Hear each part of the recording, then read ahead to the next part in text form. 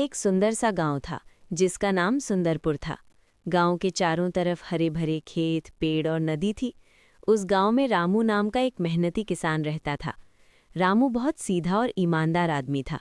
उसकी जिंदगी का सबसे बड़ा सहारा उसकी 2 गायें थीं, गौरी और काली। गौरी सफ़ेद रंग की बहुत सुंदर और शांत गाय थी। वो बहुत मेहनती थी और हमेशा अच्छा दूध देती थी। काली का रंग काला था। वो थोड़ी जिद्दी और आलसी थी। कभी कभी वो घास खाने में भी नखरे करती थी। रामू दोनों गांवों को अपने बच्चों की तरह प्यार करता था। हर सुबह वो जल्दी उठकर उन्हें ताज़ा घास और साफ पानी देता था। सुबह सुबह जब सूरज उगता था, रामू अपने खेत में काम करने चला जाता था। तब गौरी और काली खेत के पास घास खाती थीं। एक दिन गांव में बहुत तेज गर्मी और सूखा पड़ गया। खेत सूखने लगे और घास कम हो गई। रामू बहुत परेशान हो गया।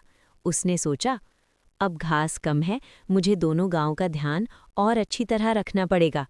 गौरी समझदार थी। वो जितनी घास मिलती थी उससे संतोष से खा लेती थी।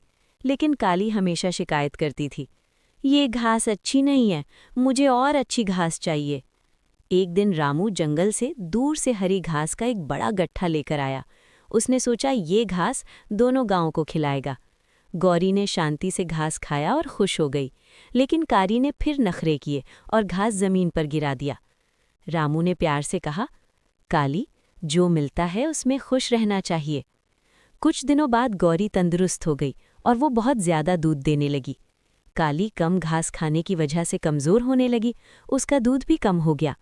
रामू को काली की चिंता होने लगी। एक दिन वो उसके पास बैठा और उसके सर पर हाथ फेरते हुए बोला, काली, मेहनत और संतोष जिंदगी में बहुत ज़रूरी हैं। काली को धीरे धीरे अपनी गलती समझ आने लगी। उसने सोचा, गौरी शिकायत नहीं करती और हमेशा खुश रहती है, इसलिए वो सेहतमंद है। अगले दिन से काली ने भी बिना शिकायत घास खाना शुरू कर दिया। वो धीरे धीरे तंदुरुस्त होने लगी। कुछ हफ्तों बाद दोनों गायें मजबूत और खुश हो गईं। अब दोनों मिलकर रामू को बहुत दूध देने लगी। रामू की जिंदगी फिर से खुशियों से भर गई। एक शाम रामू ने दोनों गांवों को प्यार से देखा और बोला, जो मेहनत करता है और जो मिलता है उसमें खुश रहता है, वही जिंदगी में सच्ची खुशी पाता है। गौरी और काली जैसे उसकी बात समझ गईं, दोनों शांत से घास खाने लगीं और सुंदरपुर गांव में फिर से खुशहाली और सुकून आ गया।